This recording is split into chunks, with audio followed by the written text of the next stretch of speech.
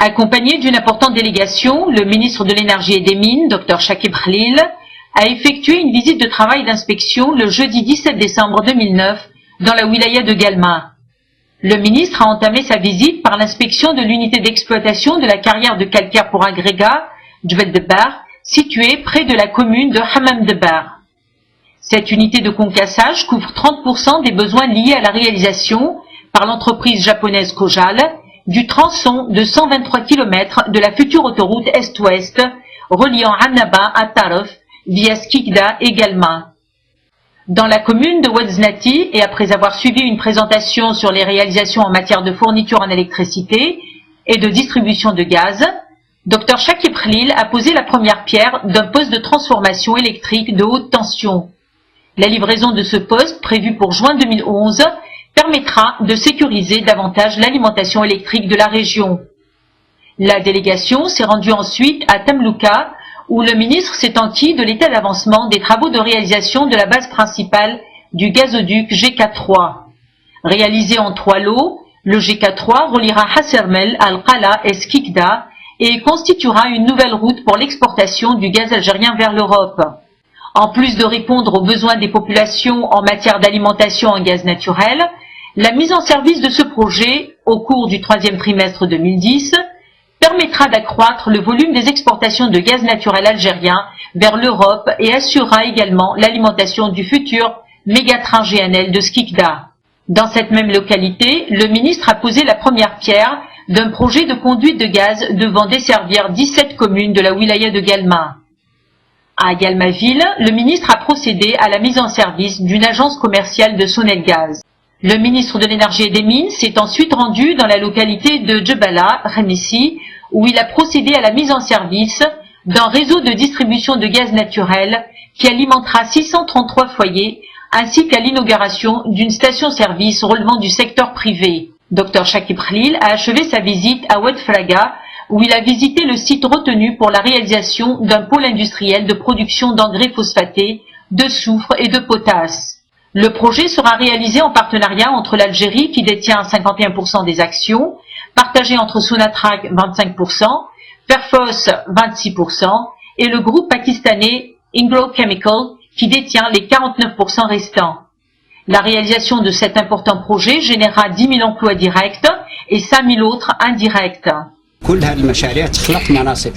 Tous ces projets vont générer un nombre considérable de postes de travail, notamment le projet de construction d'un pôle industriel de production d'engrais phosphatés dans la daïra de Bouchgouf. Pour la réalisation de ce projet, il est nécessaire d'une part, dans le cadre de la performance globale, de procéder préalablement à une étude qui prend en considération toutes les questions liées à l'environnement. D'autre part, il faut que les ministères en charge de l'agriculture et de l'environnement, ainsi que de la Direction générale des forêts, acceptent de céder cette assiette au profit du projet. En marge de cette visite, le ministre a animé une conférence de presse.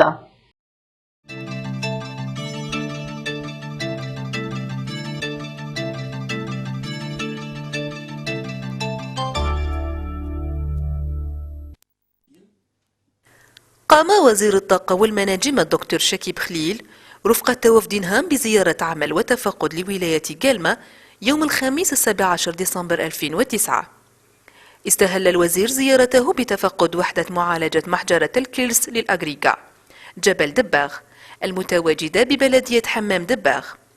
تلبي هذه الوحدة 30% من احتياجات المؤسسة اليابانية كوجال لإنجاز 123 كيلومتر من الطريق الذي يربط عنابة بالطارف مرورا بسكيكدا وجلما، والذي يدخل في إطار إنجاز طريق السيار شرق-غرب.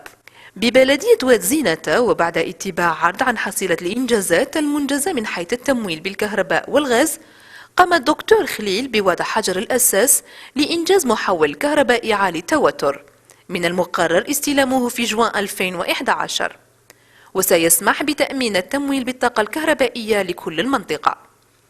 انتقل بعدها الوفد الوزاري إلى تملوكا، أين عاين الوزير سير تقدم أشغال إنجاز القاعدة المركزية لأنبوب الغاز جيكا 3، والذي تم إنجازه عبر 3 مراحل. سوف يربط جيكا 3 حسيرمل بالقالة وسكيكدا، وسوف يكون طريق جديد لنقل الغاز من الجزائر إلى أوروبا، بالإضافة إلى الاستجابة إلى الاحتياجات المواطنين من حيث الغاز الطبيعي. سوف يتم استلام المشروع في الثلاث الثالث ل2010، وسوف يسمح بتوسيع حجم تصدير الغاز الطبيعي الجزائري لأوروبا، وسوف يعزز تمويل القطار العظيم للجيانال بسكيكدا. بنفس البلدية قام الوزير بوضع حجر الأساس لمشروع تزويد 17 بلدية من ولاية غالما بالغاز الطبيعي. قام الوزير بمدينة غالما بتدشين وكالة تجارية لسونالغاز. انتقل بعدها وزير الطاقة والمناجم إلى بلدية جبالة خميسي، أين باشر في تشغيل موزع عمومي للغاز الطبيعي لتزويد 633 عائلة وتدشين محطة خدمات تابعة للقطاع الخاص. اختتم الوزير زيارته بوادي فراقة، أين تفقد الموقع الذي سوف يقام عليه القطب الصناعي لإنتاج الكيماويات، الفوسفات، الكبريت والبوتاس. سوف يتم إنجاز المشروع بالشراكة بين الجزائر التي تستحوذ على 51% من الأسهم، مقسمة بين سوناتراك ب25%، فيرفوست ب26%، والمجمع الباكستاني إنكرو شيميكال ب49% المتبقية. لإنجاز هذا المشروع الضخم سوف يتم توفير 10,000 منصب عمل مباشر و5,000 غير مباشر. كل هذه المشاريع تخلق مناصب شغل، ما فيها يعني المشروع تاع بوشقوف. المشروع تاع بوشقوف هو مشروع لازم له دراسة جدوى، ودراسة جدوى يعني تأخذ بعين الاعتبار يعني الأرض اللي راح ينجز عليها هذا المشروع، هي أرض فلاحية أو أرض يعني تبع الغابات. لازم واحد يعمل دراسة جدوى، ويعني يكون فيه تنازل من طرف وزارة البيئة ووزارة الزراعة والغابات، يعني تنازل لهذه الأرض لفائدة تطوير مشروع فوسفات بوشقوف. على هامش هذه الزيارة قام الوزير بتنشيط ندوة صحفية